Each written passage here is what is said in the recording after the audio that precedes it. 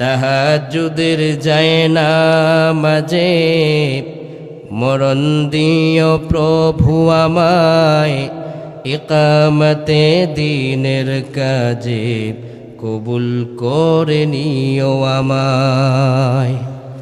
তাহাজ্জুদের যায় না মাঝে মরণ দিও প্রভু আমায়, ইকামতে দিনের কাজে শামিল করে নিও আমায়।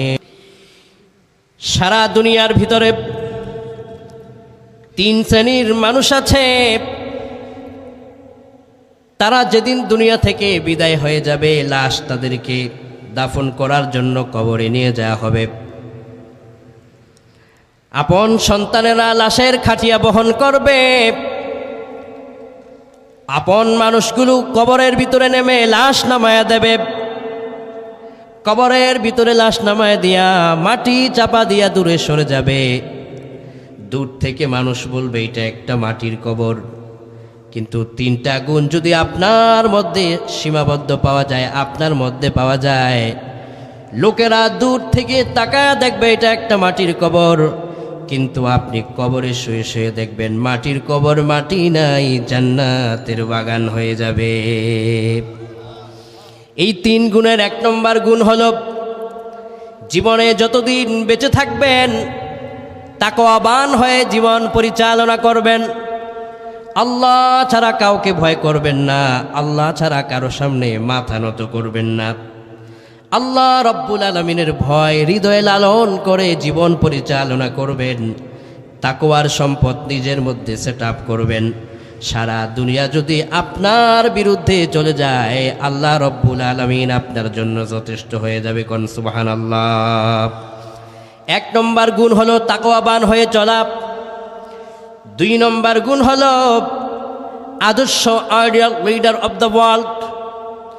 দুনিয়ার কোন নাস্তিক, রামবাম, কাফের, মুশরিককে নেতা না মেনে নেতা মানতে হবে একমাত্র কেবলমাত্র শুধুমাত্র বিশ্বনবী মুহাম্মদুর রাসূলুল্লাহ সাল্লাল্লাহু আলাইহি ওয়াসাল্লামকে। তিন নম্বর গুণ হবে জীবন পরিচালনার ক্ষেত্রে যখনই জমিনে কদম রাখবো প্রত্যেক মুহূর্তে এই চিন্তা করতে হবে যে এই কদমটা আমি কিভাবে রেখেছি তার জবাব আমার আল্লাহর কাছে একদিন দিতে হবে। পরকালীন জবাবদিহিমূলক জীবন গঠন করতে হবে। ব্যক্তি, পরিবার, সমাজ, রাষ্ট্র, সেক্রেটারিয়েট, গণভবন, পার্লামেন্ট, সচিবালয়, ব্যবসা বাণিজ্য, রাজপথ, জীবনের প্রত্যেকটা ক্ষেত্রে জীবন পরিচালিত হবে আল্লাহর পরকালীন জবাবদিহিমূলক জীবন গঠন। এই তিনটা গুণ যদি আপনার ভিতরে পাওয়া যায়, টাঙ্গাইলের তাওহীদি জনতা আপনার কাছে বলে যায়, নবীজি বলেছেন কবরে আপনার লাশ রাখা মাত্রই মানুষে বলবে এটা মাটির কবর, কিন্তু আপনি কবরে শুয়ে দেখবেন মাটির কবর মাটি নাই, জান্নাতের বাগান বানিয়ে দিবেন যিনি, তিনি কে? এই তিনটা গুণ আমাদের মধ্যে রাখার দরকার আছে না নাই? এখন একটু বিস্তারিত শুনবো, বলুন ইনশাআল্লাহ। এক নম্বর কি বলছিলাম? তাকওয়া। বলুন এক নম্বর কি বলছিলাম? তাকওয়া। তাকওয়া মানেটা কি? তাকওয়া মানে হচ্ছে জীবন পরিচালনার ক্ষেত্রে আরশের মালিক মহান আল্লাহ যেটা আদেশ করেছেন, ওই আদেশ যদি আমার নেতার বিরুদ্ধেও যায়, নেতার কথার বিরুদ্ধে গেল, আমার আল্লাহর পক্ষে যেটা আছে সেটাকেই আমাকে মানতে হবে। ঠিক কিনা বলেন? আর আমার আল্লাহ যেটাকে নিষেধ করেছেন, ওই নিষেধ থেকে সারা দুনিয়াও যদি আমাকে ওইটা করতে বলে আমি করব না, কেননা আমার আল্লাহর নিষেধ রয়েছে। তাকওয়ার দাবি হলো মানুষ তার জীবন পরিচালনা দুনিয়ার কোনো নাস্তিক, রামবাম, দুনিয়ার কোনো মানব রচিত মতবাদ দিয়ে জীবন পরিচালনা করবে না। তাকওয়ার দাবি হলো যিনি দুনিয়া বানিয়েছেন, দুনিয়ার মালিক যিনি জীবন দিয়েছেন, ওই মহান আল্লাহর বিধান দিয়ে জীবন পরিচালনা করা। ঠিক কিনা কোন? আমার জীবন পরিচালিত হবে কার হুকুমে? আল্লাহ পাকের হুকুমে। তাকওয়া মানে হচ্ছে বেঁচে থাকা। কি থেকে বেঁচে থাকবেন? জীবনের সমস্ত অন্যায় পাপ কর্ম থেকে নিজেকে সেভ করে রাখার নাম হচ্ছে তাকওয়া। এবার দেখেন আল্লাহ রাব্বুল আলামিন কি তাফসীর করেন, যাদের এই তাকওয়ার গুণটা এসে যাবে, আল্লাহ রাব্বুল আলামিন কালামে পাকে ঘোষণা করেছেন, ইন্নাল্লাহা মা'আল্লাযীনা তাকাউ ওয়াল্লাযীনা হুম মুহসিনুন। যাদের মধ্যে তাকওয়ার গুণটা পাওয়া যাবে, ও আমার নবী তাদেরকে জানায়া দেন, তাদের কোনো চিন্তা নাই, তারা পেরেশানগ্রস্ত হবে না। কেননা আমি আল্লাহ রাব্বুল আলামিন বলে দিলাম, যাদের মধ্যে তাকওয়া আছে আমি স্বয়ং আল্লাহ পাক তাদের সাথে আছি। কোন সুবহানাল্লাহ। আল্লাহ রাব্বুল আলামিন যদি আপনার পাশে থাকেন, আপনার সাথে থাকেন, সারা পৃথিবীও যদি আপনার বিরুদ্ধে যায়, কোনো চিন্তা আছে নাকি? যে তার মালিককে পেয়েছে, যে তার রবকে পেয়েছে, সারা দুনিয়া তার পক্ষে আছে কিনা সেটা দেখার সময় তার নাই। ঠিক কিনা কোন? আল্লাহ তো সাথে আছেন, তো ভয় কিসের, চিন্তা কিসের, পেরেশান কিসের? আল্লাহ রাব্বুল আলামিন তিনি আরো বলেন, ইন্নাল্লাহা ইউহিব্বুল মুত্তাকিন। যখন তুমি তাকওয়াবান হয়ে যাবে, তুমি কালো হতে পারো, সমাজের সবচাইতে ছোট কর্ম তুমি করতে পারো, জুতা সেলাই করে তুমি খেতে পারো, কিন্তু তোমার মধ্যে তাকওয়া আছে। ঘরের মধ্যে তোমার বিশাল অঙ্কের টাকার খাট নাই, পালং নাই, কিন্তু তোমার মধ্যে তাকওয়া আছে।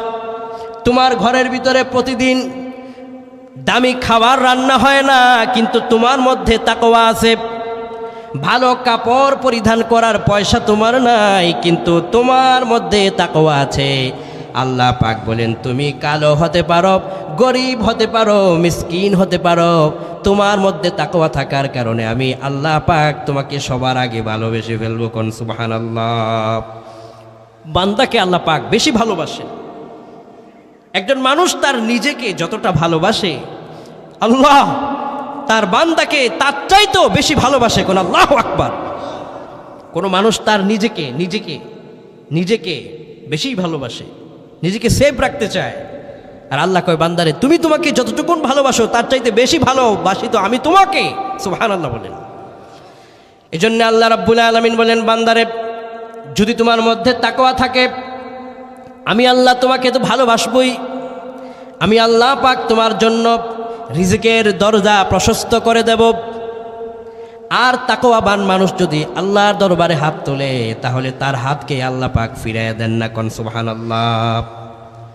তাশরীহের ভিতরে এসেছে, দুইজন যুবক, গুনাহগার যুবক সফর করেছেন। সফরের প্রতিমধ্যে জোহরের আজান হলো, সালাতে দাঁড়িয়েছেন। সালাত সম্পন্ন করার পর দুপুরের খাবার খাবেন। রান্না করার জন্য দুই বন্ধু একটি অংশে রান্না শুরু করবেন কি করে। তখন তারা আগুন ধরালো, চুলা জ্বালালো।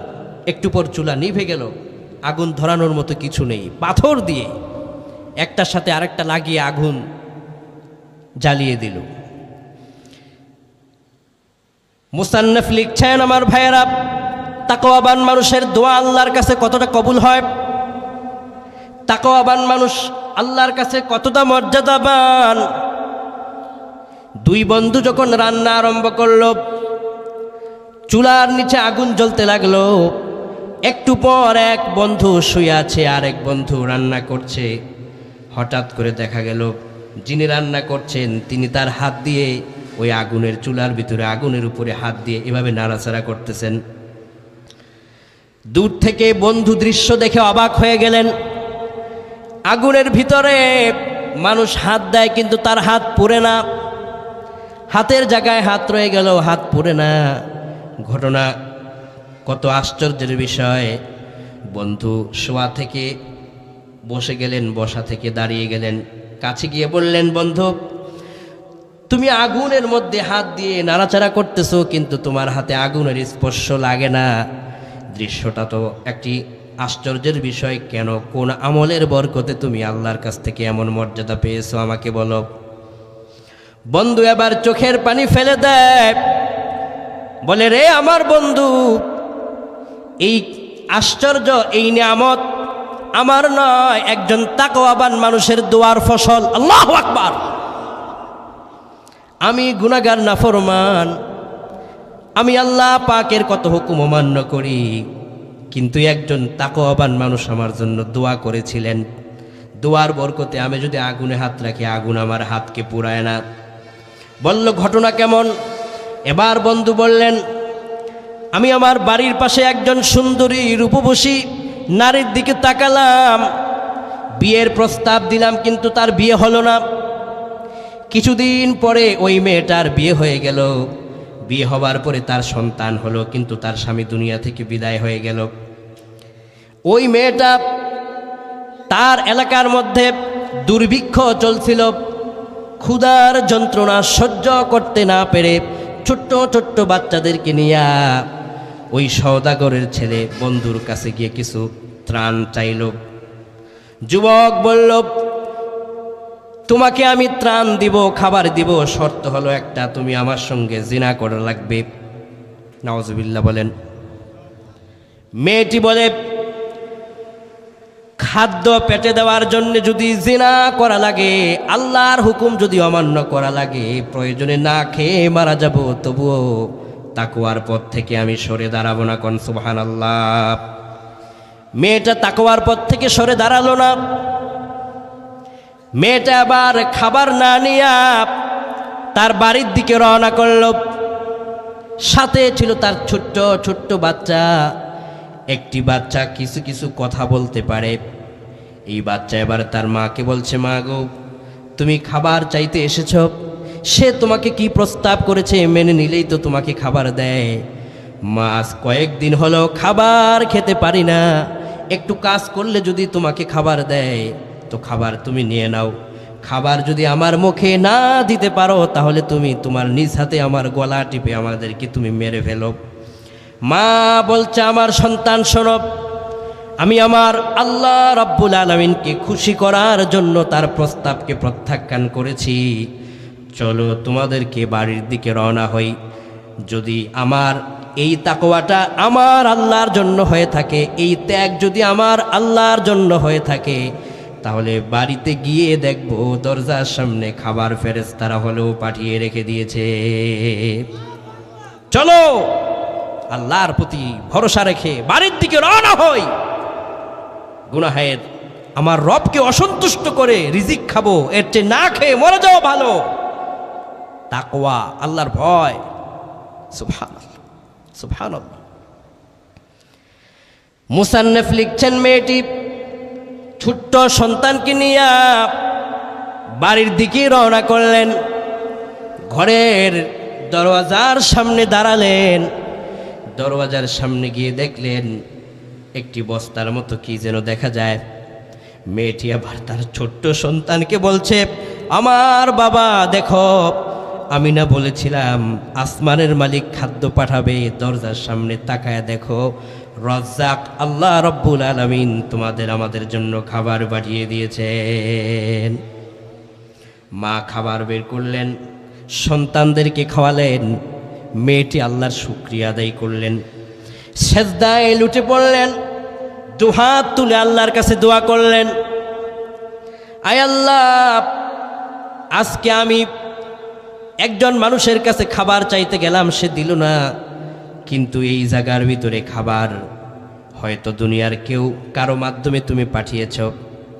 ইতিহাস লিখছেন, যে যুবক তার প্রস্তাবকে প্রত্যাখ্যান করে দিয়েছে, যুবক মেয়েটিকে যখন তার বাড়ির দিকে যেতে দেখে, ওই যুবক গোপনে গোপনে মেয়ের বাড়ির দিকে খাবার নিয়ে আসে।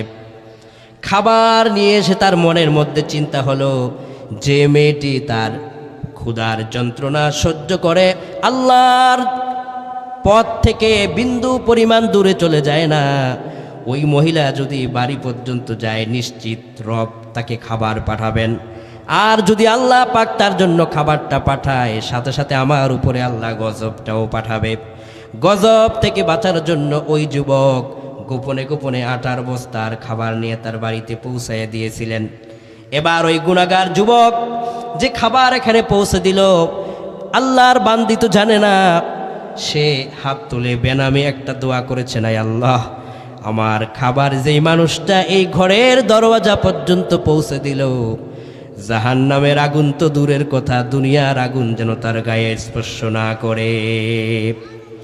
যুবক বলল, রে আমার বন্ধু, ওই মেয়েটি ক্ষুধা ভীরু, আল্লাহ ভীরু, তাকওয়াবান মেয়েটা যখন আল্লাহর কাছে দোয়া করলো যে আমার ঘরে খাবার পৌঁছে দিয়েছে, তাকে যেন জাহান্নামের আগুন স্পর্শ তো দূরের কথা, দুনিয়ার আগুন যেন স্পর্শ না করে।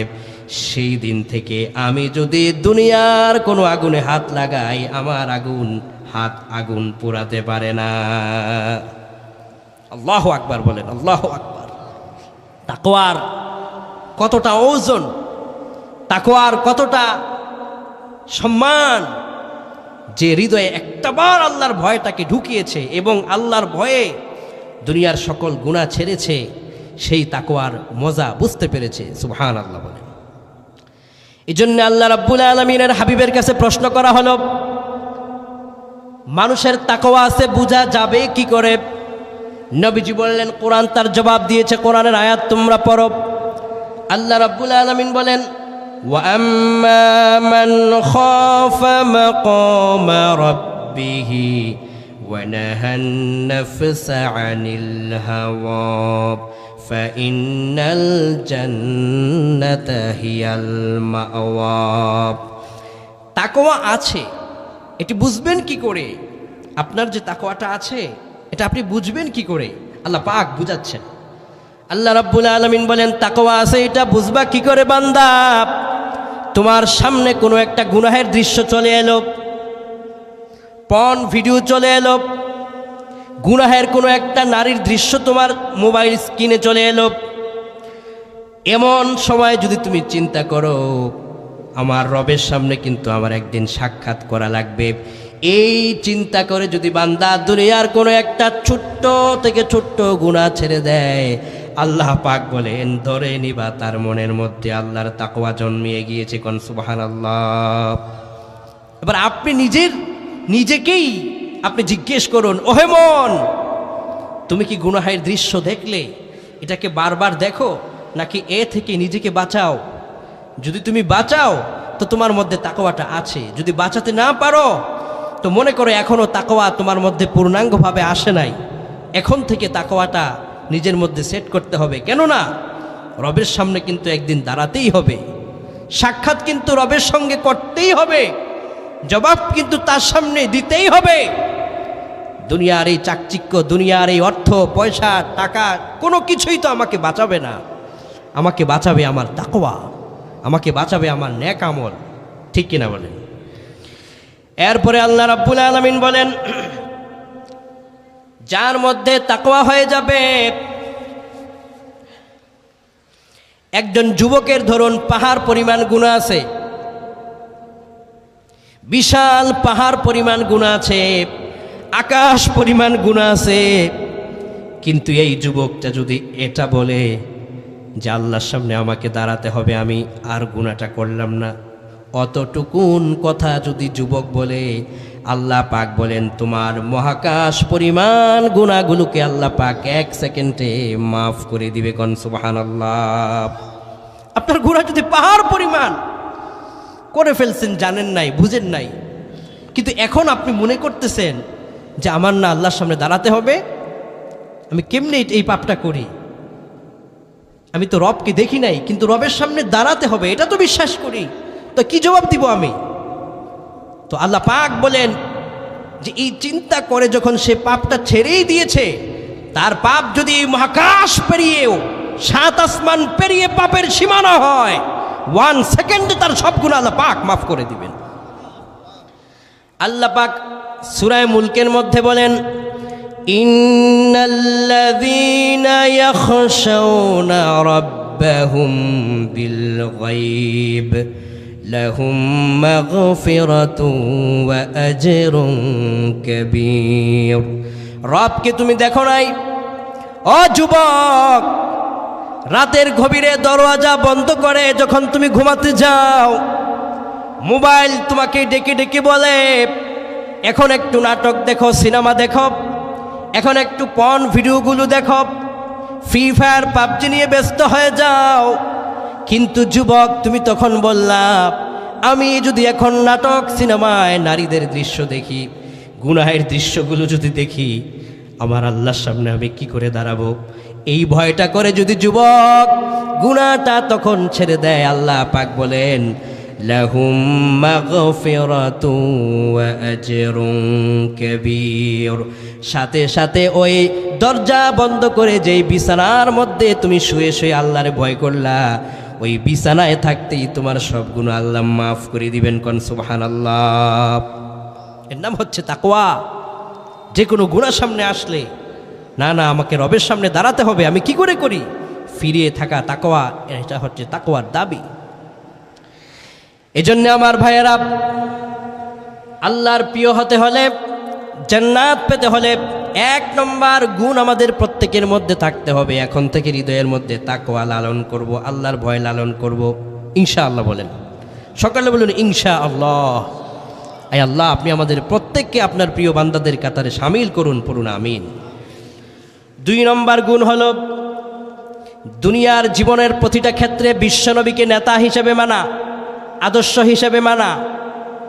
মনে রাখবেন, আপনার জন্য একমাত্র, কেবলমাত্র, শুধুমাত্র আদর্শ নেতা হবেন তিনি, যিনি জীবনে একটাও মিথ্যে বলেন নাই। ঠিক কিনা কোন? আর আপনার আমার দেশের যেই নেতা, অমুক নেতার চরিত্র ফুলের মতো পবিত্র, নামাজ পড়ে না 1 ওয়াক্ত, আছে না নাই? এই নেতার পিছনে কত সময় আপনি দিলেন? মিছিল মিটিং করতে গিয়ে বিকাল 4টায় মিছিল মিটিং সমাবেশ, আসরের নামাজের আজান হলো মিছিলের কারণে, মিটিংয়ের কারণে, সমাবেশের কারণে নামাজ ছুটেছে। এরকম সমাবেশ বাংলাদেশে আছে না নাই? যে মিছিলে গিয়ে আপনার নামাজ ছুটে যায়, আপনার রবকে সেজদা দেওয়া ছুটে যায়, এমন মিছিলে, মিটিংয়ের, সমাবেশে একজন ইমানদার মুসলমান কখনো যেতে পারেই না। আমার সেজদা, রবকে সেজদা দেওয়াটা সবার উপরে। ওয়ারা আবুল আযাব, যে আল্লাহকে বৃদ্ধঙ্গুষ্টি প্রদর্শন করে রসুলকে আদর্শ না মানে, সে কিয়ামতের দিন আল্লাহর আযাব দেখতে পাবে। কোরআন বলছে আযাব সে দেখতে পাবে। ওয়ারা আবুল আযাব ওয়া তাকাত্তাআত বিহিমুল আসবাব, সে আযাব দেখা মাত্রই দুনিয়ার সমস্ত বন্ধুত্বকে সে ছিন্ন করবে। আযাব দেখা মাত্রই আপন মানুষটা, আপন নেতা তার কর্মীকে ভুলে যাবে, বন্ধু তার বন্ধুকে ভুলে যাবে, মা তার সন্তানকে ভুলে যাবে, স্ত্রী তার স্বামীকে প্রত্যাখ্যান করবে। সেদিন শুধু নিজের চিন্তায় করে সামনের দিকে এগিয়ে যাবে আর বলবে, আল্লাহ আমাকে বাঁচাও। সন্তান তার মায়ের সামনে দিয়ে যাবে, তখনও বলবে, আল্লাহ আমাকে বাঁচাও। মায়ের কথা বলবে না, মাও সেদিন বলবে, আল্লাহ শুধু আমাকে বাঁচাও। সন্তানের কথা বলবে না। কি কঠিন একটা মুহূর্ত আমার সামনে অপেক্ষা করছে, আর আমার হাসি তামাশায় দুনিয়ার সময়গুলো বিলীন হয়ে যাচ্ছে। অথচ কি ভয়ঙ্কর দৃশ্যগুলো সামনে আসতেছে। আমার মৃত্যু আছে, পরকাল আছে, আখিরাত আছে। আর এই দুনিয়ার জন্য, দুনিয়ার এই সামান্য, এই পিঁপড়ার চাইতেও যে এই দুনিয়ার মূল্য আল্লাহর কাছে বেশি নাই। এই দুনিয়ার পিছনে ঘুরে কত ওয়াক্ত সালাত যে আমি ছেড়ে দিলাম, আমার রবকে যে কতটা অসন্তুষ্ট আমি করলাম। না না, এখন থেকে আদর্শ নেতা নবী মুহাম্মদ সাল্লাল্লাহু আলাইহি ওয়াসাল্লামকে মানলে, এবং এই নবী মুহাম্মদ সাল্লাল্লাহু আলাইহি ওয়াসাল্লামকে যেই নেতা মেনে চলে, ওই নেতাকে সাপোর্ট করব। কিন্তু মুহাম্মদ সাল্লাল্লাহু আলাইহি ওয়াসাল্লামের আদর্শের বাহিরে বিন্দু পরিমাণ, 1 চুল পরিমাণ কেউ সরে দাঁড়িয়েছে, আমার জীবনের প্রতিটি পদক্ষেপ আমার রসুলের পক্ষে হবে, রসুলের বিপক্ষে করা যাবে না। ঠিক কিনা কোন? হযরত মুহাম্মদ সাল্লাল্লাহু আলাইহি ওয়াসাল্লাম is the best idea reader of the world. সারা দুনিয়া সাক্ষী দিয়েছে, আজ কাফের, মুশরিক, ইহুদি প্রত্যেকেই সাক্ষী দিয়েছে যে মুহাম্মদ সাল্লাল্লাহু আলাইহি ওয়াসাল্লামের চেয়ে সারা পৃথিবীতে সর্বকালের, সর্বযুগের মহান আদর্শ নেতা পৃথিবীতে আর একজনও নাই। কোন? আল্লাহু আকবার। তাহলে আমরা আদর্শ নেতা মানব বিশ্বনবী মুহাম্মদ সাল্লাল্লাহু আলাইহি ওয়াসাল্লামকে। বিশ্বনবী সম্পর্কে আল্লাহ কয়, রে দুনিয়ার মানুষেরা, জীবনে একটা তিনি মিথ্যে কথা বলেন নাই। না খায়া উম্মতের মুখে খাবার তুলে দিয়েছেন, নিজে তার পরনের কাপড়টা না পরে উম্মতের গায়ের মধ্যে পরায় দিয়েছেন। এমন বিশ্বনবী সম্পর্কে আল্লাহ রাব্বুল আলামিন বলেন, ইয়া আইয়ুহাল্লাযীনা আমানু আতিউল্লাহা ওয়া আতিউর রাসূল। আল্লাহর বিধানকে তোমরা মেনে নাও, বিশ্বনবীর আদর্শের কাছে মস্তককে নত করো। তার ব্যক্তি, তার পরিবার, তার সামাজিক জীবন, তার রাষ্ট্রীয় জীবন, জীবনের প্রতিটা ক্ষেত্রে যদি তোমরা তাকে ফলো করো, মনে রাখবে তাকে ফলো করলে তুমি সফল হতে পারবে, তোমার সফলতা কেউ ঠেকাতে পারবে না। কোন ঠিক কিনা? আল্লাহ রাব্বুল আলামিন আরো বলেন, ওয়ামা কানা লিমুমিনিন ওয়ালা মুমিনাতিন ইযা কাদাল্লাহু ওয়া রাসূলুহু আমরা আন ইয়াকুনা লাহুমুল খিয়ারাতু মিন আমরিহিম ওয়া মান ইয়াসিল্লাহা ওয়া রাসূলাহু ফাকাদ যাল্লা যালালাম মুবিনা। রে টাঙ্গাইলের যুব সমাজ, টাঙ্গাইলের আমার পিতৃতুল্য বাবারা, আল্লাহ রাব্বুল আলামিন বলেন, তোমার সামনে যখন তোমার রবের কোনো একটা আদেশ এসে গেছে, তোমার রসুলের কোনো একটা বিধানের কথা চলে এসেছে, তো বিনা প্রশ্নে তোমাকে তোমার আল্লাহ তোমার রসুলের কথাকে মেনে নেওয়া লাগবেই। ঠিক কিনা কন? তোমার কোনো প্রশ্ন করা যাবে না রসুলের ব্যাপারে, আল্লাহর ব্যাপারে। আর যদি কেউ মনে করে যে রসুলের কথা আল্লাহর কথা সলাতে, সিজদায়, মসজিদের ভিতরে, সেক্রেটারিয়েট, গণভবন, পার্লামেন্ট, সচিবালয়, রাজপথে রসুলকে মেনে কি করব? সেখানে কার্ল মার্কসকে মানব, সেখানে লেনিনকে মানব, সেখানে জাতীয়তাবাদ সমাজতন্ত্রকে মানব, যদি এটা কেউ বিশ্বাস করে, আল্লাহ পাক বলছেন, শোনো, তোমার জন্য অগ্নিবার্তা কোরআন দিচ্ছে। আল্লাহ রাব্বুল আলামিন বলেন, আদর্শ নেতা মুহাম্মদ সাল্লাল্লাহু আলাইহি ওয়াসাল্লামকে প্রত্যাখ্যান যদি কেউ করে, দুনিয়ার রাম বাম ইসলামী শরীয়তকে যারা বিশ্বাস করে না, এমন নেতার পিছনে যদি 1 সেকেন্ড সময় কেউ দেয়, আল্লাহ পাক বলেন, আল্লাহর রসুলকে তো প্রত্যাখ্যান করলে এবং আল্লাহ পাকের অ্যাকশনের কথাটাও তুমি শুনে নাও। আল্লাহ পাক বলছেন, ওয়া মান ইয়াসিল্লাহা ওয়া রাসূলাহু ফাকাদ যাল্লা যালালাম মুবিনা। যদি আল্লাহকে, তার রসুলকে, বৃদ্ধ অঙ্গুষ্টিকেও প্রদর্শন করে, আল্লাহর পথ থেকে, রসুলের পথ থেকে দূরে সরে যায়, আল্লাহ পাক বলেন, তোমার এই দূরে সরে যাওয়াটা শেষ পর্যন্ত পথভ্রষ্টতা হবে। জীবন তোমার এতটাই পিছনে চলে যাবে, তোমাকে সারা দুনিয়া মিলেও সাপোর্ট করলে তুমি সফল হতে পারবে না। ঠিক কিনা বলেন? আল্লাহ পাক বল, তুমি আল্লাহকে বাদ দিয়ে তুমি এগোতে চাও, আল্লাহকে বাদ দিয়ে তুমি সফল হতে চাও? নিশ্চয় নয়, এটা শুধু তোমার স্বপ্নই থেকে যাবে। ফেরাউনের দিকে তাকাও, আল্লাহকে মাইনাস করেছে ফেরাউন, আল্লাহকে মাইনাস করেছে নমরুদ। আল্লাহকে মাইনাস করার কারণে নমরুদ জুতার পিটা খেয়ে দুনিয়া থেকে বিদায় হয়েছে। কোন ঠিক কিনা? আল্লাহকে মাইনাস করার কারণে ফেরাউন পানিতে ডুবে হাবুডুবু খেয়ে দুনিয়া থেকে বিদায় হয়েছে। আজকের পৃথিবীতেও যারা আল্লাহকে মাইনাস করবে, তারাও বাংলার মাটি থেকে নিশ্চিহ্ন হয়ে যাবে। কোন ঠিক কিনা? আমার আল্লাহ, আমার রসুল সবার আগে, কেননা আমাকে তো একদিন মরতেই হবে। তা আমার আল্লাহকে মাইনাস করে নয়, আমার রসুলকে মাইনাস করে নয়, আমার আল্লাহ, আমার রসুল আগে থাকবে। আল্লাহ রাব্বুল আলামিন আরো বলেন, রসুলের উপরে তোমাদের ঈমান আর তোমাদের আদর্শ, তোমাদের ইস্তিকামত কেমন থাকা লাগবে। আল্লাহ পাক বলছেন, ওয়াল্লাযীনা আমানু ওয়া আমিলুস সালিহাতি ওয়া আমানু বিমা নুজ্জিলা আলা মুহাম্মাদ ওয়া হুয়াল হাক্কু মির রাব্বিহিম কাফফারা আনহুম সাইয়্যাতিহিম ওয়া আসলাহা বালাহুম।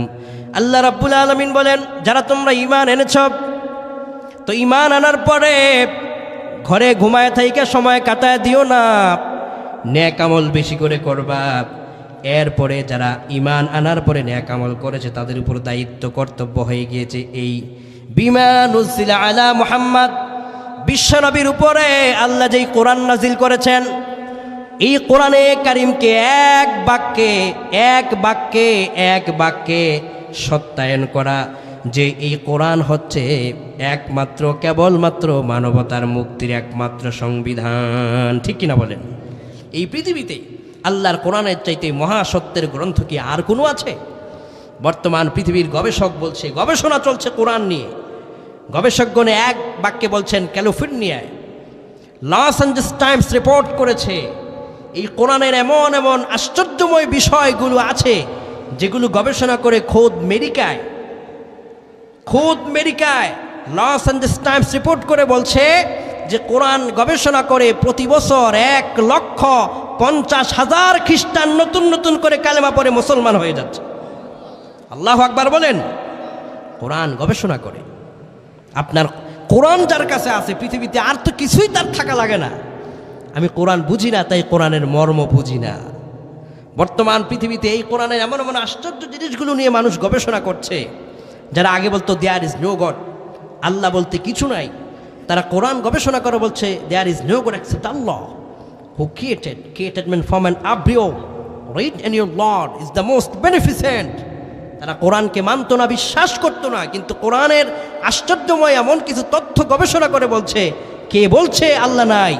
আল্লাহর কোরআনের প্রত্যেকটা আয়াত বলছে আল্লাহ আছেন। কোন আল্লাহু আকবার। বর্তমান পৃথিবীতে একটি গবেষণা চলছে আমেরিকার, দক্ষিণ আমেরিকার গহীন বনে বর্তমান দুনিয়ার বিজ্ঞানীরা একটি বৃক্ষের সন্ধান পেয়েছেন। এই বৃক্ষটি মানুষের মতো হাঁটতে পারে, মানুষের মতো এক জায়গা থেকে অন্য জায়গায় স্থানান্তর হতে পারে। আল্লাহু আকবার বলেন। এটাকে বিজ্ঞান নাম দিয়েছেন ওয়ালকিং ট্রি।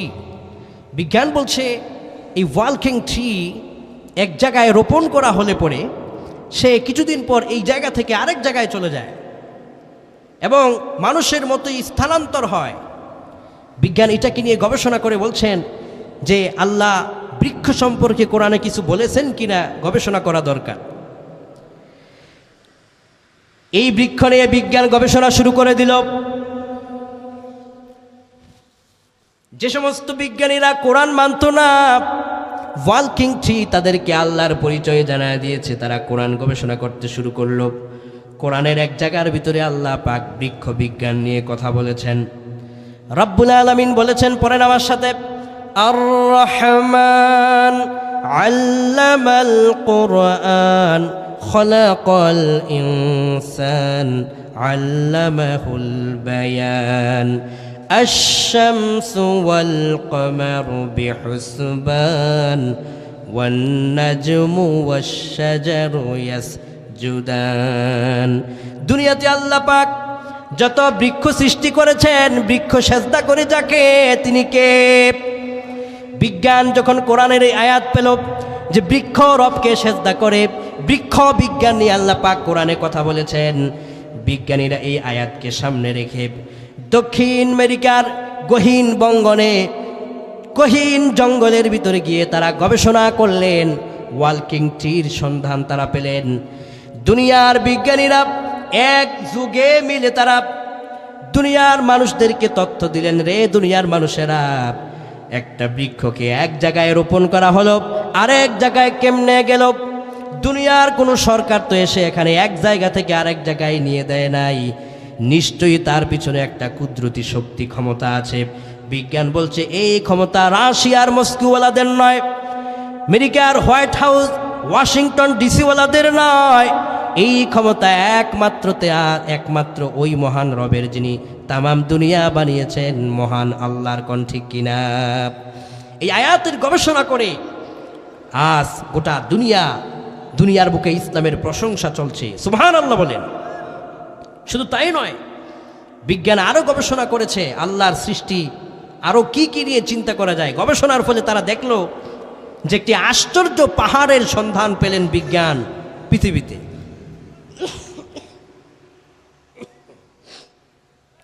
তারা পৃথিবীতে একটি পাহাড়ের সন্ধান পেলেন চীনে যেই পাহাড়টি একসাথে 7 রঙের সুসজ্জিত, আসমান থেকে প্লেন দিয়ে তাকালে মনে হয় যেন এই পাহাড়টি দুনিয়াতে এক টুকরো আল্লাহর জান্নাত। কোন সুবহানাল্লাহ।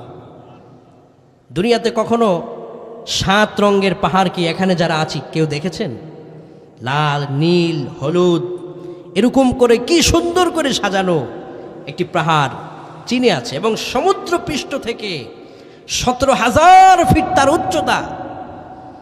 এই পাহাড় থেকে 3.5, 4, 5, 6 হাজার কিলোমিটার যদি উপরে চলে যায় প্লেনের মাধ্যমে, যখন এই পাহাড়ের দিকে তাকানো হয় তো দেখলে বোঝা যায় পৃথিবীতে যেন আল্লাহ পাক একটা গোলাপ ফুল এই চীনের এই পাহাড়ের মধ্যে চিত্র ফুটাই তুলছে। কোন আল্লাহু আকবার। বিজ্ঞান গবেষণা করে বললেন, দুনিয়াতে পাহাড় দেখলাম কিন্তু 7 রঙের পাহাড় তো দেখলাম না, তো কোরআনে বহু রঙের পাহাড় আছে কিনা সেই তথ্য কোরআনে কারিমের ভিতরে আছে কিনা বিজ্ঞান গবেষণা করতে লাগলেন। বিজ্ঞান যখন গবেষণার জন্য কোরআনে কারিমকে হাত নিলেন, আল্লাহ রাব্বুল আলামিনের কোরআনে কারিমের ভিতরে 1,500 বছর আগেই বহু রঙের পাহাড় পৃথিবীতে থাকবে বলে আল্লাহ পাক কোরআনে ভবিষ্যৎবাণী করে দিয়েছেন। কোন সুবহানাল্লাহ। কোরআনে কারিম বিজ্ঞান গবেষণা করলো আর আয়াত পেয়ে গেল। রাব্বুল আলামিন বলেন, ওয়ামিনাল জিবালি জুদাদুম বিদুন ওয়া হুমরুম মুখতালিফুন আলওয়ানুহা ওয়া গরাবিবু সুদ। আল্লাহ পাক বহু রঙের পাহাড় পৃথিবীতে থাকবে সে কথাও কোরআনের মধ্যে 1,500 বছর আগে কোট করেছেন। আল্লাহ পাকের কোরআনে কারিমের সেই আয়াত যখন বিজ্ঞান গবেষণা করতে লাগলো, বিজ্ঞান বললেন আল্লাহর কোরআনে যে পাহাড় নিয়ে এত সুন্দর চমৎকার তথ্য থাকতে পারে, এই কোরআনে কারিম কখনো মিথ্যা হতে পারে না। এই কোরআন মানুষের জন্য কখনো অমঙ্গল হতে পারে না। আমরা মেনে নিলাম কোরআনের মালিক আল্লাহ মহাসত্য। কোন সুবহানাল্লাহ। শুধু তাই নয়, পৃথিবীতে আল্লাহর সৃষ্টিগুলো নিয়ে যখন আপনি চিন্তা করবেন বিবেকের দরজা আপনার খুলে যাবে। মালয়েশিয়াতে একটি পাহাড় রয়েছে ক্যামেরন হাইল্যান্ড। এই ক্যামেরন হাইল্যান্ড এই একটি পাহাড় দিয়ে গোটা মালয়েশিয়ার খাদ্যের ব্যবস্থা আল্লাহ পাক করছেন। আল্লাহু আকবার বলেন। একটি পাহাড়ের সবজি খাদ্য খাবার দিয়ে পুরো মালয়েশিয়াকে আল্লাহ পাক চালাচ্ছেন। বিজ্ঞানীরা সমুদ্র পৃষ্ঠ থেকে 6,000 ফিট উপরে এই ক্যামেরন হাইল্যান্ড তারা আবিষ্কার করলেন, এবং এই বিশাল উঁচু পাহাড়ে সেখানে মধু চাষ, সেখানে স্ট্রবেরির বাগান, সেখানে চা বাগান, শাক সবজি দিয়ে আল্লাহ পাক এতটা ভরপুর করে রেখে দিয়েছেন, একবার সেখানে যারা তাকায় মনে হয় যেন একটা জান্নাতের স্নিগ্ধ হাওয়া বইছে। কোন আল্লাহু আকবার। এই নিয়ামতগুলো দিচ্ছেন যিনি, তিনি কে? বিজ্ঞানীরা ক্যামেরন হাইল্যান্ড নিয়ে তারা গবেষণা করলেন। গবেষণা করার পরে তারা দেখলেন বিশাল পাহাড়ের উপরে কি করে সবজি চাষ করা যায়, বিশাল পাহাড়ের উপরে কি করে স্ট্রবেরির বাগান করা যায়। এই বিশাল পাহাড়ের উপরে এত নিয়ামত কেমনে আসে? গবেষণা করতে করতে পাওয়া গেল আল্লাহ রাব্বুল আলামিনের কোরআনে কারীমের একটা আয়াত তারা সামনে আনলেন। যালিকুমুল্লাহু রাব্বুকুম লা ইলাহা ইল্লাহু খালিকু কুল্লি শাই। এগুলো তোমরা বানাও নাই, তোমার রব তিনি একমাত্র ইলাহা, যিনি ছাড়া কোনো ইলাহা নাই। এত বিশাল বিশাল পাহাড়গুলো আল্লাহ পাক তিনি নিজেই তোমাদের কল্যাণের জন্য বানিয়ে রেখেছেন। কোন সুবহানাল্লাহ। পৃথিবীতে যত কিছু আছে আপনি তাকাবেন, চিন্তা করবেন, বিবেকের দরজা খুলে যাবে। বিজ্ঞানীরা এগুলো গবেষণা করে তাদের ঈমান আজ প্রতিষ্ঠিত হচ্ছে, সামনের দিকে এগিয়ে যাচ্ছে। এজন্য সেই আল্লাহ পাক আমাদেরকে বলছেন, রে দুনিয়ার মানুষেরা, সেই রব তোমাদেরকে আদর্শ নেতা একজনকে দিয়েছেন, তার নাম হচ্ছে মুহাম্মদ। বলুন তার নাম কি? মুহাম্মদ সাল্লাল্লাহু আলাইহি ওয়াসাল্লাম। আদর্শ নেতা হচ্ছেন তিনি। 3 নম্বরে গুণ থাকবে তাদের, দুনিয়ার জীবন তাদের পরিচালিত হবে পরকালীন জবাবদিহিমূলক। একটি কদম তারা সামনে ফেলবে, এই একটি কদম সামনে ফেলার পিছনে চিন্তা হবে আমাকে একদিন চলে তো যেতেই হবে, আমাকে একদিন কবরের মাটির নিচে তো শুইতেই হবে। এই চিন্তা করে সে পরকালের জবাবদিহিমূলক জীবনকে গঠন করবে। রাব্বুল আলামিন বলেন, আফাহাসিবতুম আন্নামা খালাকনাকুম আবাসাও ওয়া আন্নাকুম ইলাইনা লা তুরজাউন। মানুষ কি মনে করেছে তাকে এমনিতেই ছেড়ে দেওয়া হবে? সৃষ্টি তাকে এমনিতেই করা হয়েছে, সে কি আল্লাহর সামনে দাঁড়াবে না? এটা কি সে মনে করেছে নাকি? যদি এটা সে মনে করে, আল্লাহ পাক বলছেন, আল্লাহ রাব্বুল আলামিন বলেন, কাইফা তাকফুরুনা বিল্লাহি ওয়া কুনতুম আমওয়াতান ফাআহয়াকুম সুম্মা ইউমীতুকুম সুম্মা ইউহয়ীকুম সুম্মা ইলাইহি তুরজাউন। তুমি তো নিষ্প্রাণ ছিলে, আল্লাহ পাক তোমাকে জীবন দিয়েছেন, আবার তোমাকে তোমার রবের কাছে তোমাদের প্রত্যেককেই ফিরে যেতে হবে। যতই তুমি দুনিয়ার জিন্দিগিতে থাকতে চাও, সময় যখন ফুরিয়ে যাবে কেউ তোমাকে ফিরিয়ে রাখতে পারবে না। কোন ঠিক কিনা? চলে যেতে হবে। হঠাৎ শুনবেন আমি নাই, হঠাৎ শোনা হবে আপনি নাই। মসজিদের মাইকে এলান হয়ে যাবে, এলাকায় মানুষ বলবে, আরে অমুককে তো আমি গতদিন দোকানে দেখেছিলাম, আরে অমুকের সাথে তো মাত্র কথা হলো। মৃত্যুটা হঠাৎ এসে যাবে। এজন্য পরকালের প্রস্তুতি নেওয়ার দরকার আছে না নাই? এই তিনটা প্রস্তুতি যখন আপনার মধ্যে থাকবে, আপনাকে আখেরাতের জীবনে ক্ষমা করবেন যিনি, তিনি কে?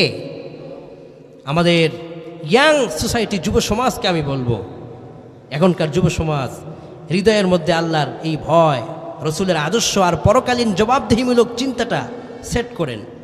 আপনি পিতা, আপনার সন্তানের হৃদয়ে আল্লাহর ভয় যেন সেট হয়, সেটা আপনার দায়িত্ব, বিশাল দায়িত্ব। কিন্তু আমরা যেই ভুলটা করছি সমাজে, যে ছেলেটা মাত্র 10-12 বছরে পেরিয়েছে, হাতে একটা মোবাইল তুলে দিয়েছি, আর এই মোবাইল পেয়ে এই সন্তান তার মা বাবা খাদ্য খাবার সব ভুলে গিয়েছে। এরকম আছে না নাই? 18 বছরের আগে সন্তানের হাতে মোবাইল দিবেন না। মোবাইল সন্তানের হাতে তুলে দিয়েছেন তো নিজের পায়ে যেন নিজে কুড়ালটাই মেরেছেন। মোবাইল সন্তানের হাতে তুলে দিয়েছেন তো সন্তানের জীবনকে আপনি ধ্বংস করেছেন। আমি একটি পত্রিকা পড়লাম সেদিন, মোবাইল মানুষের জীবনকে কতটা ভয়ঙ্কর দৃষ্টান্তে নিতে পারে। একজন প্রকৌশলী, তার নাম রাকিব উদ্দিন, প্রকৌশলী, হঠাৎ করে এই ঢাকার ভিতরে তার স্ত্রীকে নিজ হাতে সে হত্যা করল। 4 বছরের তার কন্যা সন্তানকে নিজ হাতে হত্যা করল। নিজ হাতে 10 বছরের কলিজার টুকরা সন্তানকে সে হত্যা করল। পুলিশ এসে যখন তাকে গ্রেপ্তার করল, জবানবন্দি নিল, কেন তুমি এটা করলে? সে ভয়ঙ্কর ভয়ঙ্কর তথ্য দিল। সে বলছে যে আমি মোবাইলের মাধ্যমে একটি গেমস এর সফটওয়্যার নিলাম, ওই যে বিভিন্ন রকমের ফ্রি ফায়ার, পাবজি, ক্যাসিনো, বিভিন্ন গেমসের অ্যাপসগুলো নিলাম, একটার পর একটা চাইতে লাগলাম। এখান থেকে দেখে আমার মনের মধ্যে জাগলো যে একটু বাস্তবে গিয়ে একটু খেলাটা খেলি না। এই জুয়া, এই ক্যাসিনোর আড্ডায় গিয়ে একদিন আমি গেলাম, গিয়ে প্রথম দিন জুয়ায় আমি জিতলাম। এভাবে তার পরের দিন গেলাম, যেতে যেতে কিছুদিন পর আবার আমি জিতলাম না। তো আমার কিছু যে সংরক্ষিত টাকা ছিল ব্যাংকে নিয়ে ওই টাকা দিয়ে জুয়া খেললাম। এই সূত্রটা কি ছিল? মোবাইল।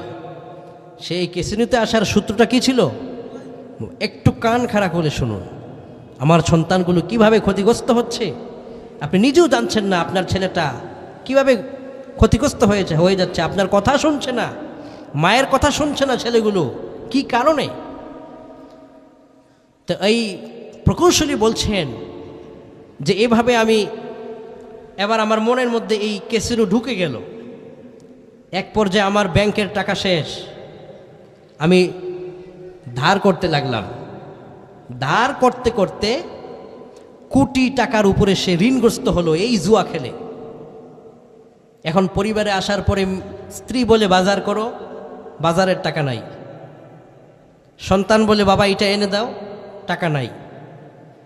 স্ত্রী বলে কাল সকালে নাস্তার কোনো কিছু নাই, টাকার জন্য আমি আনতে পারি না। এভাবে করে এই জ্বালা যন্ত্রণা যখন আমি সহ্য করতে পারলাম না, তো সিদ্ধান্ত নিলাম আমি আমার স্ত্রী সন্তানকে আমি মেরে ফেলব। ঘটনাক্রমে পত্রিকা এটাই লিখছে, শেষ পর্যন্ত সে এই ক্যাসিনো, এই জুয়া, এই মোবাইলের মাধ্যমে আক্রান্ত হয়ে তার ব্রেন ড্যামেজ হয়ে সে তার স্ত্রীকে হত্যা করলো প্রথমে, তারপরে তা 4 বছরের কন্যা সন্তানকে হত্যা করলো, 10 বছরের পুত্র সন্তানকে হত্যা করলো। এই একটা মাত্র মোবাইল কতগুলো মানুষের জীবনকে নষ্ট করে দিল। এইরকম ঘটনা বাংলাদেশে হাজার হাজার, কোন ঠিক কিনা? আপনার সন্তান রাতের গভীরে যে ফোনটা আপনি দিচ্ছেন, দরজা অফ করে এই সন্তান এই মোবাইল নিয়ে কি করছে? আধুনিক মডার্ন সায়েন্স এই মোবাইল নিয়ে গবেষণা করে এমন তথ্য দিয়েছে, আপনি অবাক হয়ে যাবেন। বিজ্ঞান বলছে মোবাইল থেকে নির্গত তড়িৎচুম্বকীয় বিকিরণ যুবকদের ব্রেনকে ড্যামেজ করে দেয়, ব্রেনের স্মৃতিশক্তি কমায় দেয়। যারা অতিরিক্ত মোবাইল ইউজ করে, অতিরিক্ত মোবাইল ইউজ যারা করে, বিজ্ঞান গবেষণা করে বলছেন যে তার প্রথম সমস্যা হবে ব্রেনটা আউট হয়ে যাবে, ড্যামেজ হয়ে যাবে, কাজ করবে না। আপনি বলবেন বাজারে গিয়ে এই জিনিসগুলো নিয়ে আসো, বাজারে গিয়ে আপনাকে ফোন দিবে, বাবা কি যেন বলছিলেন আনার জন্য, মনে নাই, ব্রেনটা ড্যামেজ হয়ে যাবে। বিজ্ঞান বলছে দ্বিতীয় যে বড় সমস্যাটা হবে তা হচ্ছে আই পেন। এই চোখে প্রচণ্ড পেইন হবে, ব্যথা হবে, চোখ দিয়ে পানি ঝরবে। বিজ্ঞান গবেষণা করে বলছে অতিরিক্ত মোবাইল চালানোর কারণে তৃতীয় নম্বর যে ক্ষতিটা হবে তা হচ্ছে মাথার মধ্যে প্রচণ্ড ব্যথা বেদনা শুরু হবে। দেখবেন যারা বেশি ইউজ করে মোবাইল, দেখবেন যে প্রায় তারা বলে মাথাটা খুব ব্যথা করছে, খুব ব্যথা করছে। বিজ্ঞানীরা গবেষণা করে বলেছেন যে তার চতুর্থ যেই সমস্যাটা হবে তা হচ্ছে যে আস্তে আস্তে করে তার ফেস স্মার্টনেস, বডি স্মার্টনেস এগুলো বিলীন হয়ে যাবে।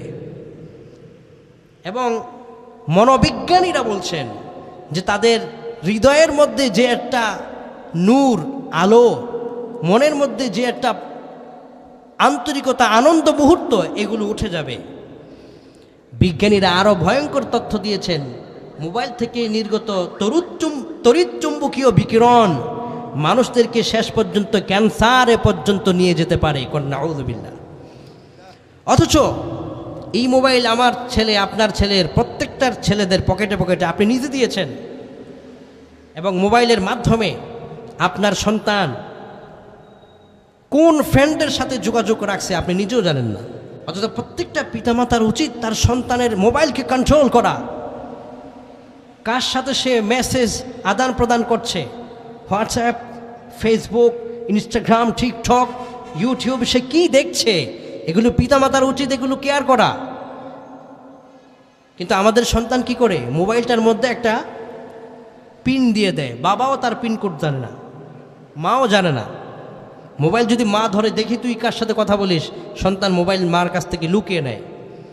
কারণ আপনি তো তাকে সেই ছোট থেকেই এভাবে গড়ে তুলেছেন, এই জন্য নেশা হয়ে গিয়েছে, হওয়ার কারণে আপনাকে সে শ্রদ্ধা করছেন না। ও পিতা, ও আমার মা, নিজের সন্তানের প্রতি যত্ন নিন, নিজের সন্তানের মোবাইলকে কন্ট্রোল করতে হবে। 2 নম্বরে, এই সন্তান মোবাইল যদি ইউজ করতেই হয় তাহলে অবশ্যই এই পিনকোড তার বাবা মায়ের কাছে থাকতে হবে। কে মোবাইল ইউজ করবে 18 বছরের পর, ইউনিভার্সিটিতে গিয়েছে, বিশ্ববিদ্যালয়ে গিয়েছে, যোগাযোগ রাখতে হবে। অনেক সময় অনলাইনে তাকে ক্লাস করতে হবে, এই বিভিন্ন কারণে দেওয়া লাগতে পারে। কিন্তু তার সন্তানের মোবাইলের কন্ট্রোল থাকবে অভিভাবকের কাছে। যদি এটা করতে পারেন, সন্তানগুলো আগামী দিনে অনেক ভালো থাকবে, না হয় ধ্বংসের দিকে চলে যাচ্ছে। আর এই সন্তানগুলোকে ফিরিয়ে রাখার জন্য প্রতিদিন রাত 11টার মধ্যে ঘুমাতে হবে এবং ফজরের সময় জাগতে হবে। কিন্তু আমরা আমাদের ছেলেগুলো ঘুমায় রাত কয়টায়? 12টায়, 1টায়, 3টায়, এরকম রাত জাগা যুবক আছে না নাই? যে যুবক রাত বেশি জাগে ওই যুবক দিনে ঘুমায় বেশি। অথচ বিজ্ঞান বলছে রাতে তুমি যত বেশি জাগ্রত থাকবে তোমার শরীর আস্তে আস্তে ড্যামেজ হয়ে যাবে। আর রাতের বেলা যখন তুমি তোমার লাইট দরজা সব কিছু অফ করে ঘুমাবে, এই ঘুমানোর কারণে তোমার ব্রেইন আস্তে আস্তে শক্তিশালী হবে, কর্মক্ষমতা তোমার বাড়বে, দিনের বেলায় তোমার কাজে মন বসবে। এজন্যে যারা মোবাইলে বেশি বেশি আসক্ত হয়ে গিয়েছে তাদেরকে এখনই সতর্ক করুন। সতর্ক না হলে এই মোবাইল, যেই ক্যাসিনো, জুয়া, পাবজি, এগুলো আস্তে আস্তে করে এতটাই নেশাগ্রস্ত হয়ে যাবে, সব ধ্বংস হয়ে যাবে। আল্লাহ আমাদের সন্তানদেরকে বুঝানোর তৌফিক দিন পড়ি, আমিন। আরেকটি কথা না বললেই নয়, তা হচ্ছে আপনার মেয়ে অবশ্যই এখানে যারা আছেন, আমি যুবতী বোনদের আমার কথা যারা শুনছেন, কখনো কোনো পুরুষের মোবাইলের হাই মেসেজ এগুলো রিপ্লাই দিবেন না। বর্তমানে ইসকন নামের ভয়ঙ্কর সন্ত্রাসী সংগঠন, তারা মুসলিম যুবতীদেরকে নানান রকম ফন্দি দিয়ে প্রেমের ফাঁদে পেলে তাদের চরিত্রকে নষ্ট করে দিচ্ছে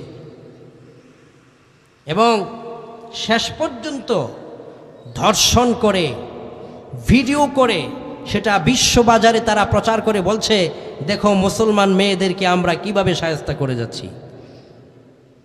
আমার বড় দুঃখ লাগে, এদেশে যারাই রাষ্ট্র সরকারে আসে, সরকারকে যদি কেউ গালি দেয় 5 ঘন্টা নয় 5 মিনিটের মধ্যে তাকে গ্রেফতার করে আইনের আওতায় আনা হয়। কিন্তু আমার বোনের ইজ্জত যখন নষ্ট করা হয়, আমার আল্লাহ আমার রসুলকে নিয়ে যখন গালিগালাজ করা হয়, তখন তাদেরকে 5 মিনিট 5 ঘন্টা নয় 5 দিন নয়, সময়ের পর সময়, মাসের পর মাস চলে যায়, আইনের আওতায় আনতে সরকার কেন জানি ভয় পায়। কাকে ভয় পাচ্ছেন আপনারা? ভারতকে ভয় পাচ্ছেন? মনে রাখবেন, আল্লাহ যার উপর নারাজ হয়ে যায়, গোটা দুনিয়ার রাষ্ট্র ক্ষমতা একসাথে মিলেও ওই গজব থেকে কেউ বাঁচাতে পারবে না। যুব সমাজকে আমি বলবো, এই ইসকন নানান ফাঁদে ফেলে আমার যুবতী বোনদের ইজ্জতকে নষ্ট করে দিচ্ছে। ইটস গ্রেট এক্সাম্পল গাজীপুরের আশামণি নামের এই ছোট্ট যুবতী বোনটা। এই মেয়েটা যদি আপনার মেয়ে হতো, আমার মেয়ে হতো, মাদ্রাসায় পড়ে বোরখা পরিহিতা ছোট্ট মেয়েটি, তাকে নিয়ে এই গুন্ডা যুবক 3 দিন একাধারে রেখে তাকে ধর্ষণ করেছে। আমরা আজকের প্রোগ্রাম থেকে বলতে চাই, এই ইসকন যারা আমার মায়ের ইজ্জতকে লুণ্ঠন করে, নষ্ট করে, অচিরেই বাংলার মাটিতে তাদেরকে নিষিদ্ধ ঘোষণা করতে হবে। যে ইসকন 2014 সালে ঢাকার স্বামীবাগে মুসলমানদের তারাবিহের নামাজে তারা বাধা প্রয়োগ করেছিল, 2016 সালে সিলেটের বুকে মুসলমানদের মসজিদের জুমার অনুষ্ঠানে তারা নামাজের সময় তারা স্পিকার গান বাদ্য বাজিয়ে নামাজকে তারা অপমান করেছে, মুসল্লিরা যখন প্রতিবাদ করেছে সেই মুসল্লিদের উপর হামলা করেছে। যে ইসকন আমার মুসলিম সাইফুল আলিফকে রাজপথে চট্টগ্রামে হত্যা করেছে, যে ইসকন আমার আশামণি বোনের ইজ্জতকে নষ্ট করেছে, যে ইসকন এই গাজীপুরের টঙ্গীর ইমামকে অপহরণ করে ভারতে পাচার করার জন্য ষড়যন্ত্র করেছে, যে ইসকন বাংলাদেশের পতাকার উপর তাদের গেরুয়া রঙের পতাকা নিক্ষেপ করে বাংলাদেশের সঙ্গে তারা চূড়ান্ত বিধ্বংসী প্রদর্শন করেছে, সেই ইসকনকে বাংলার মাটিতে নিষিদ্ধ করতেই হবে, করতেই হবে, করতেই হবে। বলেন ঠিক কিনা? কেননা বাংলাদেশের 90% মুসলমানদের দেশে যদি আমার বাপকে গালি দেওয়া হয় আমি সহ্য করতে পারি, আমার মাকে গালি দিলে আমি সহ্য করতে পারি, কিন্তু ইসকন যদি আমার ইসলামকে নিয়ে, কোরআনকে নিয়ে আমার মুসলমান বোনদের ইজ্জতকে রাস্তায় নামায় দেয়, আমরা কখনো সহ্য করতে পারি না। ইসকন যদি গৌর গোবিন্দের ভূমিকায় বাংলাদেশে নাজিল হয়, এই বাংলাদেশের কোটি কোটি যুবক শাহজালালের ভূমিকায় নামবে, কোন ঠিক কিনা? কেননা আমরা আল্লাহ পাকের প্রতি সেই বিশ্বাস ভরসা রেখে আমরা সামনে এগিয়ে যাচ্ছি। আমার ইসলাম, আমার কোরআন, আমার আল্লাহ, আমার রসুল সবার উপরে। ইসকনকে আমি বলবো, যদি আমার কথা তোমাদের কান পর্যন্ত যায়, তোমরা মনে রেখো, বাংলাদেশের মাটি থেকে ইসলামকে নিশ্চিহ্ন করার জন্যই তো তোমরা নেমেছ। আমি ছোট্ট মানুষ বলে গেলাম, এই বাংলাদেশের মাটি যতদিন থাকবে, সূর্য উঠবে ডুববে, ইসলামকে বাংলার মাটি থেকে নিশ্চিহ্ন কেউ করতে পারবে না। যারাই নিশ্চিহ্ন করার ষড়যন্ত্র করবে, তারাই পিছনের দরজা দিয়ে পালিয়ে যেতে বাধ্য হবে, কোন ঠিক কিনা? আমাদেরকে সচেতন হতে হবে, জাগ্রত হতে হবে। সচেতন এবং জাগ্রত যদি আমরা না হই, তাহলে আমাদের সামনের জীবন অনেক ভয়ঙ্কর দিন আসতেছে। সেনা অফিসারদেরকে আদালতে আইনের আওতায় আনা যায়, ইসকনকে আইনের আওতায় কেন আনা যাবে না? যে বাংলাদেশের পতাকার সঙ্গে গেরুয়া রঙের পতাকা লাগিয়েছে, রাষ্ট্রদ্রোহিতার কাজ করেছে। রাষ্ট্রদ্রোহিতার কাজ যারা করেছে, অবশ্যই তাদেরকে আইনের আওতায় এনে কোনো মুসলমানদের ধর্ম ইসলাম নিয়ে যেন অবমাননা কেউ না করে, সেদিকে সজাগ দৃষ্টি রাষ্ট্র জনগণ প্রত্যেককেই রাখা ইমানি দায়িত্ব, কোন ঠিক কিনা? আল্লাহ আমাদের প্রত্যেককে বুঝার তৌফিক দিন, আমরা পড়ি আমিন। সমাজকে সচেতন করুন। এলাকার যারা আইম্মায়ে মাসাজিদ ইমাম সাহেবান আছেন, মসজিদের মুসল্লিদের প্রতি এই নসিহতগুলো করুন, যেন এই দুনিয়ার জীবন থেকে একজন পাক্কা ইমানদার হয়ে যেন আমরা আখেরাতে যেতে পারি। আজকের এই ছোট্ট টপিকে আমরা যে কথাগুলো বললাম, যে 3টা গুণ থাকলে মৃত্যুর বরণ করার সাথে সাথেই জান্নাত। 3 গুণের এক হচ্ছে তাকওয়াবান হওয়া। দ্বিতীয় গুণ হলো রাসূল সাল্লাল্লাহু আলাইহি ওয়াসাল্লামকে আদর্শ নেতা মেনে তার আদর্শ মোতাবেক জীবন পরিচালনার জন্য নিজেকে উৎসর্গ করা। 3 নম্বরে কি বলেছি? জীবন পরিচালনার ক্ষেত্রে এই চিন্তা করা যে আমি এক পা দিয়েছি, আরেক পা সামনে দিব, আমার আল্লাহ আমাকে দেখছেন। পরকালীন জবাবদিহিমূলক চিন্তা করে সামনে এগিয়ে যাওয়া। আমরা এই 3টা গুণ আমাদের মধ্যে সেট করতে পারবো তো ইনশাআল্লাহ? এই আল্লাহ আমাদের প্রত্যেককে আমল করার তৌফিক দিন, পড়ি আমিন। আমরা মোনাজাতের দিকে যাব, থাকুন। 1 নম্বর, দৈনিক 5 ওয়াক্ত সালাত যে কোনো মূল্যে পড়বেন। যত ব্যস্ততার ভিতরে থাকেন পড়বেন, পায়ে ধরে বলি পড়বেন। যত গুনাহ করেন সালাত ছাড়বেন না, যত অপরাধ করেন সালাত ছাড়বেন না। 5 ওয়াক্ত সালাত পড়তেই হবে, পড়বেন ইনশাআল্লাহ বলেন। বিশেষ করে ফজরের সালাত। বিশ্বনবী বললেন, রাকাতুল ফজর খায়রুম মিনাদ দুনিয়া ওয়া মা ফিহা। রে যুবক, ফজরের 2 রাকাত সুন্নত নামাজ যদি তুমি আদায় করতে পেরেছো, এই 2 রাকাত সুন্নত যদি এক পাল্লায় দেয়া হয়, তাম পৃথিবী যদি অপর পাল্লায় দেয়া হয়, যুবকের 2 রাকাত ফজরের সুন্নতের মূল্য আল্লাহর কাছে তাম পৃথিবী থেকে বেশি ভারী হয়ে যাবে। নামাজ 5 ওয়াক্ত পড়ব তো ইনশাআল্লাহ, ছাড়বো না। 2 নম্বর, প্রতিদিনের আমল অন্তত 100 বার এই আমলটা করবেন, সুবহানাল্লাহি ওয়া বিহামদিহি। নবীজি বলেছেন, মান ক্বালা সুবহানাল্লাহি ওয়া বিহামদিহি ফি ইয়াউমিন 100 মাররা। দৈনিক যদি 100 বার কেউ সুবহানাল্লাহি ওয়া বিহামদিহি পাঠ করে, গুনাহ যদি তার প্রশান্ত মহাসাগরের চাইতেও বেশি হয়, আল্লাহ রাব্বুল আলামিন তার প্রশান্ত মহাসাগরের চাইতে বেশি গুনাহ মাফ করে দিবেন। দৈনিক 100 বার এই আমলটা করবেন। এই নিয়মে আপনি পড়তে পারেন যে ফজরে 20 বার পড়লেন, জোহরে 20 পড়লেন, আসরে 20 বার পড়লেন, মাগরিবে 20 বার পড়লেন, এশার পরে হাঁটতে হাঁটতে 20 বার পড়ে নিলেন, তো 5 ওয়াক্ত সালাতটাও হয়ে গেল আর আপনার এই আমলটাও পূর্ণ হয়ে গেল। অথবা একসাথে বসেও পড়তে পারেন। নবীজি বলেছেন যে যদি দৈনিকের মধ্যে হয়ে যায়, তো তোমার গুনাহ যদি সাগরের ফেনার চাইতেও বেশি হয়, আল্লাহ পাক মাফ করে দিবেন। সুবহানাল্লাহ। কন এটা হলো 2 নম্বর আমল। 3 নম্বর যে আমল, দৈনিক অন্তত 1 বার হলেও পড়বেন, আস্তাগফিরুল্লাহ। আল্লাহ, আমি যে জীবনে কত পাপ করেছি, আয় আল্লাহ তুমি ছাড়া কেউ জানে না। আর এই পাপের কারণে যদি আমার উপর কোনো ভয়ঙ্কর আযাব নেমে আসে, আমি সেই আযাব থেকে বাঁচতে পারবো না। তাই আল্লাহ আমি তোমার কাছে ইস্তেগফার করলাম, তোমার দিকে আমি মুতাওয়াজ্জা হলাম। এই পাপের কথা স্মরণ করে অন্তত একবারও যদি আপনি আস্তাগফিরুল্লাহ বলতে পারেন, নবীজি বলেছেন ওয়াল্লাহি ইন্নী লা আস্তাগফিরুল্লাহ ওয়া আতুবু ইলাই ফিল ইয়াউমি আকথারু মিন ৭০ মাররা। আমি তোমাদের নবী বলছি, আল্লাহর শপথ করে বলছি, ৭০ বারের বেশি আমি নবীজি আল্লাহর কাছে তওবা ইস্তেগফার পড়ি। রে উম্মত, তুমি দৈনিক কয়বার আল্লাহর কাছে ইস্তেগফার করেছ? এমনও গুনাহ আমরা করেছি যেই গুনার তওবাটা পর্যন্ত করি নাই, যেই গুনার জন্য মাফটা পর্যন্ত চাই নাই। অথচ আল্লাহর হাবিব সাল্লাল্লাহু আলাইহি ওয়াসাল্লাম বলেছেন যে মান সাল্লা রাকআতাইন লাম ইয়াহদুস নাফসাহু ফীহিমা বিশাইইন মিনাদ দুনিয়া গফারাল্লাহু মা তাকদ্দামা মিন যামবিহি। তুমি গুনাহ করেছো, 2 রাকাত সালাতে দাঁড়িয়েছো, সালাম ডান দিকে ফিরিয়েছো, বাম দিকে সালাম ফিরানোর আগেই তোমার সব গুনাহ আল্লাহ মাফ করে দেয়। তুমি আল্লাহর পথে আসো, এখানে আসো। তাহলে 3 নম্বর আমল হলো ইস্তেগফার পড়া। বেশি বেশি ইস্তেগফার পড়বেন। নবী সাল্লাল্লাহু আলাইহি ওয়াসাল্লাম যদি 70 বার পড়তে পারেন, তাহলে আমার কতবার পড়া উচিত, কত বেশি তওবা করা উচিত, কত ইস্তেগফার করা উচিত। আমার প্রিয় রাসূলের তো কোনো গুনাহ নাই, কিন্তু তিনি এগুলো কেন পড়তেন? তাওয়াদুআন, বিনয় এবং উম্মতকে শিক্ষা দেওয়ার জন্যে। তিনি যদি আমাদেরকে শিক্ষা দেওয়ার জন্য এত তওবা ইস্তেগফার পড়তে পারেন, আমাদের বেশি পড়া উচিত। কোন ঠিক কিনা?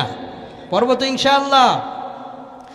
4 নম্বর যে আমলটা করবেন তা হচ্ছে দৈনিক অন্তত 1 আয়াত, 1 অক্ষর, 1 শব্দ হলো আল্লাহ পাকের কোরআনে কারীম থেকে একটুকুন হলো তেলাওয়াত করবেন। মুসলমান, আপনার পায়ে ধরে বলি, আপনি মুসলমান ঘরের সন্তান, ফজরের পরে কিন্তু আপনি কোরআন পড়েন না। ফজরের পরে কোরআন পড়াটা অনেক আমরা ছেড়ে দিয়েছি। কোরআনে কারীম আমরা পড়ি না, অনেকেই পড়ি না। অথচ আপনি কি জানেন, এই কোরআনে কারীম যদি ফজরের সালাতের পরে আপনি যদি দিনের শুরুতে যে কোনো কাজ করেন, অফিস আদালত, ব্যাংক ব্যালেন্স, কাজকর্ম যেটাই আপনি করেন, ফজরের সালাতের পরে কোরআন হাতে নিয়ে 1টি অক্ষর আয়াত আপনি যদি পড়ে আল্লাহর নামে আপনি আপনার কাজে বেরিয়ে যান, ওই দিন যে বরকতটা আপনি পাবেন, অন্য দিনে এই বরকতটা আপনি পাবেন না। একটু চেষ্টা করে দেখুন, ট্রাই করে দেখুন। আর যদি একেবারেই কোরআন আপনি পড়তেই তো পারেন না, তো সূরা ইখলাস তো আপনি পারেন। সূরা ইখলাস এখানে আমরা যারা আছি সবাই পারি তো ইনশাআল্লাহ। সূরাতুল ইখলাসটা আপনি অন্তত 10 বার পড়েন, যদি না পারেন 3 বার পড়েন। নবীজি বললেন ইন্নাহা তা'দিলু সুলুসাল কোরআন। যদি কেউ একবার সূরা ইখলাস পড়ে 10 পারা কোরআনে কারীম পড়ার মতো সমান সওয়াব আল্লাহ পাক তার আমলনামায় দান করে দিবেন। তো 3 বার যদি কেউ পড়ে 30 পারা কোরআনে কারীম পড়ার মতো সমান সওয়াব হয়ে যাবে। আর যদি কেউ 10 বার সূরা ইখলাস পড়ে, আল্লাহর হাবিব বললেন বানাল্লাহু লাহু কাসরান ফিল জান্নাহ, জান্নাতের মধ্যে তার জন্য আল্লাহ পাক রাজপ্রাসাদ বানিয়ে দিবেন। কোন সুবহানাল্লাহ। তাহলে দৈনিকের 5 আমলের 4র্থ আমল হলো ফজরের সালাতের পরে 1 অক্ষর হলো কোরআনে কারীম পড়ব, কোরআনের সঙ্গে সম্পর্ক রাখব। আর যারা বাংলা অনুবাদ বুঝেন, কোরআনটার সাথে একটু তর্জমাটা পড়ার চেষ্টা করবেন, ইনশাআল্লাহ পড়েন। 5 নম্বর আমল হলো আপনার বাড়ির পাশে যেই মসজিদটা, দৈনিক ওই মসজিদটার দিকে নজর দিবেন, মসজিদের ভিতরে ঢুকবেন, এই কপালটা লাগাইয়া সিজদা করে আল্লাহর কাছে বলবেন রব্বি গফিরলি যুনুবি। আয় আল্লাহ, আমি তো জীবনে কত পাপ করেছি, তুমি ছাড়া এই পৃথিবীর কেউ জানে না। আমি সন্তানের 4-5 সন্তানের বাবা, আমার গুনাহ সম্পর্কে আমার সন্তানেরা জানে না, আমার গুনাহ সম্পর্কে আমার স্ত্রী জানে না, আমার গুনাহ সম্পর্কে আমার বন্ধু জানে না। আমার সন্তানেরা যদি জানতো আমি কত গুনাহ করেছি, আমার সন্তানেরা আমাকে বাবা বলে ডাকতে তাদের লজ্জা হয়ে যেত। আমার গ্রামের মানুষেরা যদি আমার গুনাহ সম্পর্কে জানতো, আমার গ্রামের মানুষেরা আমাকে রাস্তাঘাটে সালাম দিত না, সম্মান করতো না। আমার গুনাহ সম্পর্কে যদি আমার বন্ধুরা জানতো, তাহলে তারা আমাকে ইজ্জত দিত না, আমার কথা শুনতো না। ওগো আল্লাহ, তুমি তো আমার গুনাহগুলো গোপন রেখে দিয়েছ। তো মসজিদের ভিতরে সেজদা দিয়ে তোমার কাছে মাফ চাইলাম, তুমি আমারে মাফ করে দাও। বান্দা যখন প্রতিদিন এরকম করে, রাজুলুন কলবুহু মুআল্লাকুন বিল মাসাজিদ, আল্লাহর ঘর মসজিদের সঙ্গে সম্পর্ক রাখবে, নবীজি বলেছেন কিয়ামতের দিন আরশের ছায়ায় ওই ব্যক্তির জায়গা হয়ে যাবে। কোন সুবহানাল্লাহ। মসজিদের সঙ্গে সম্পর্ক রাখবেন তো ইনশাআল্লাহ। এই যে এখানে মসজিদ আছে, এই মসজিদের সঙ্গে সম্পর্ক রাখবেন। মসজিদের সঙ্গে সম্পর্ক রাখার তাশরিহ অনেক রকমের। সালাত আদায় করা, মসজিদের প্রয়োজনীয় জিনিসগুলো আপনার সাধ্যমতো আপনি দেওয়া। যদি কোনো কাজ বাকি থাকে আপনি দিবেন। একটি লাইটের দরকার, ফ্যানের দরকার, আপনি দিবেন, সাধ্যমতো দিবেন। ইমাম সাহেবের সঙ্গে সম্পর্ক রাখবেন, মসজিদের খোঁজখবর একটু দেখাশোনা করবেন। আল্লাহর ঘরের সঙ্গে আপনার সম্পর্ক যত বেশি হবে, আল্লাহর সঙ্গে আপনার সম্পর্ক তত বেশি হবে। আল্লাহ এই দৈনিকের 5 আমল আমাদেরকে করার তৌফিক দাও, পড়ি আমিন। আল্লাহ আজকের এই প্রোগ্রামের এই জনতা, এই গভীর রাত প্রায় 12টা বেজে গেছে, এই পর্যন্ত যারা বসে আছে, আজকের এই কোরআনের বরকতে আপনি সবাইকে মাফ করে দিয়েন, পড়ি আমিন।